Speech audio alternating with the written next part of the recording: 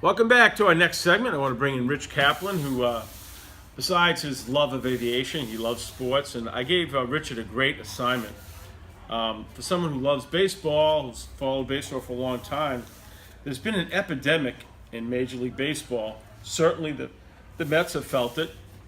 Over the last 2 years, all the Mets' young pitchers, all of them, Syndergaard, DeGrom, Harvey, Wheeler, and Matz, all five of them have all spent a long time on the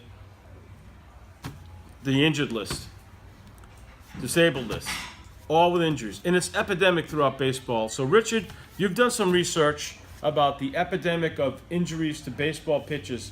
What's some of the things you've come up with? One of them, of course, has been the fact that the average pitcher will pitch 100 pitches per baseball game. You're asking your body to basically throw a ball 100 plus miles an hour over and over and over and over. The average human being can only withstand so much before a part of the body breaks. These people are human, and we as fans may be expecting too much of them, in the sense that, yes, they're paid top dollar to do this, but on the other side of the coin, no one's ever really told them or ever took the time to realize how dangerous the sport can be when you're throwing a ball over and over and over. You're going to strain the muscles, you're straining different parts of your body. I'm 47 years old and I strained my arm playing ice hockey. So believe me when I tell you, it is real. It is very real. And the threat is always present.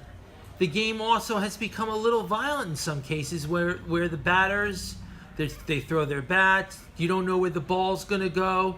I remember, Howie, I don't know if you remember, there was a game I think in Boston where a batter hit the ball and the ball hit a bird, killing the bird. Yeah.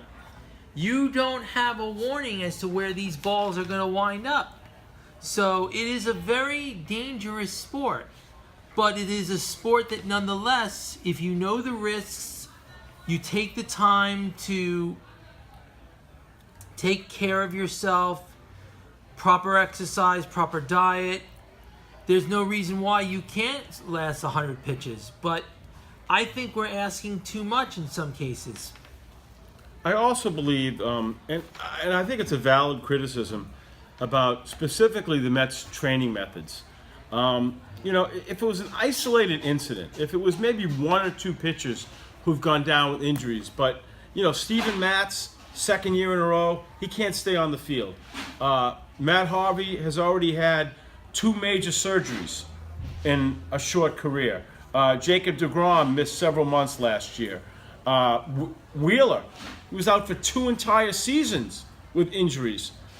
I think the Mets' training methods have to be examined, because I think that their injuries are way more severe than most other teams. Most other teams, for instance, have not had nearly as many injuries as the Met pitching staff. So I think that's another issue, that some of the training methods, specifically on the Mets, have to be questioned when all 5-year starters have missed significant time with injuries compared to other teams where, for instance, the Yankees, they basically have had their same staff all year with no injuries, whereas the Mets, all 5 have gone down. So I got to think that that's a big part of it too. There's something wrong with the training methods where all your pitches are going down. Absolutely, Howie, absolutely. I think that the Mets are very radical in the way they train their pitching staff. I think that they need to look at their methods. They need to look at other teams. I mean, look at the Yankees. The Yankees have won 27 world championships, and their pitching staff is aggressive. They're young, and they haven't been plagued with the kind of injuries that the Mets have.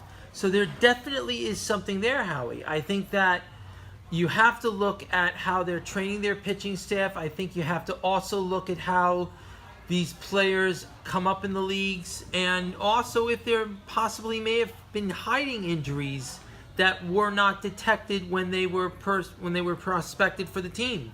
Sometimes players hide their injuries. They don't want to admit, I'm playing with a bum shoulder, I'm playing with with a bum pinky or whatever. You know, a lot of times it's not that difficult to hide your injuries.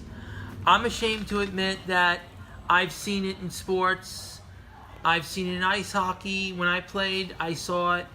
You know, I even did it because I didn't want to tell my coach, well, you know, I hurt myself in that hockey fight, you know, defending the team.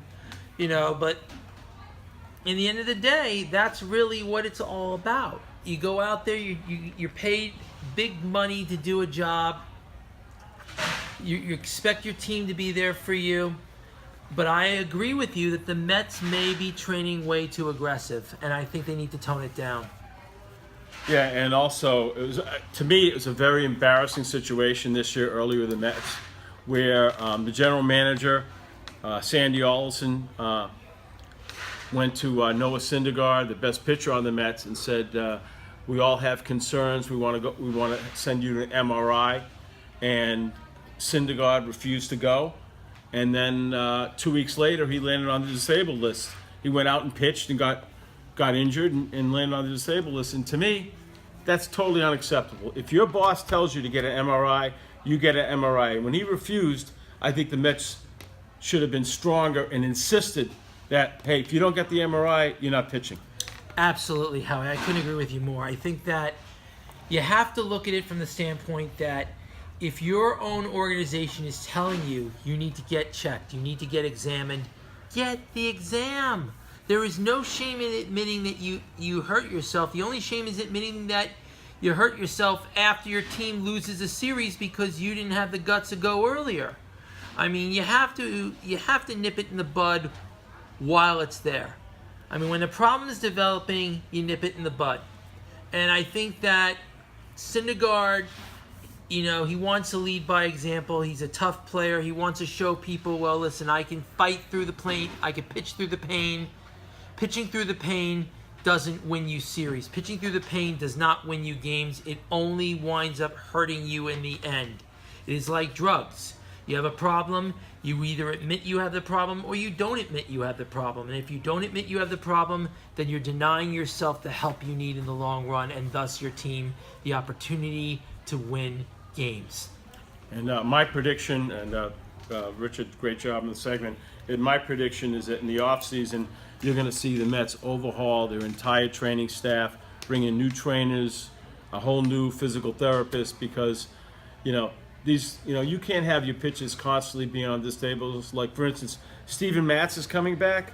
This guy hasn't been able to stay healthy for a whole month in his career. And look, I hope he is okay this time, but his track record the last couple of years has not been too good. So we'll keep an eye on it, and it's definitely something worth watching, and it's an epidemic through baseball, but specifically the worst with the Mets, who've gone through more injuries by far than any other team. All right, Richard, thank you. Great job. Thank you. All right, great job. Thank you.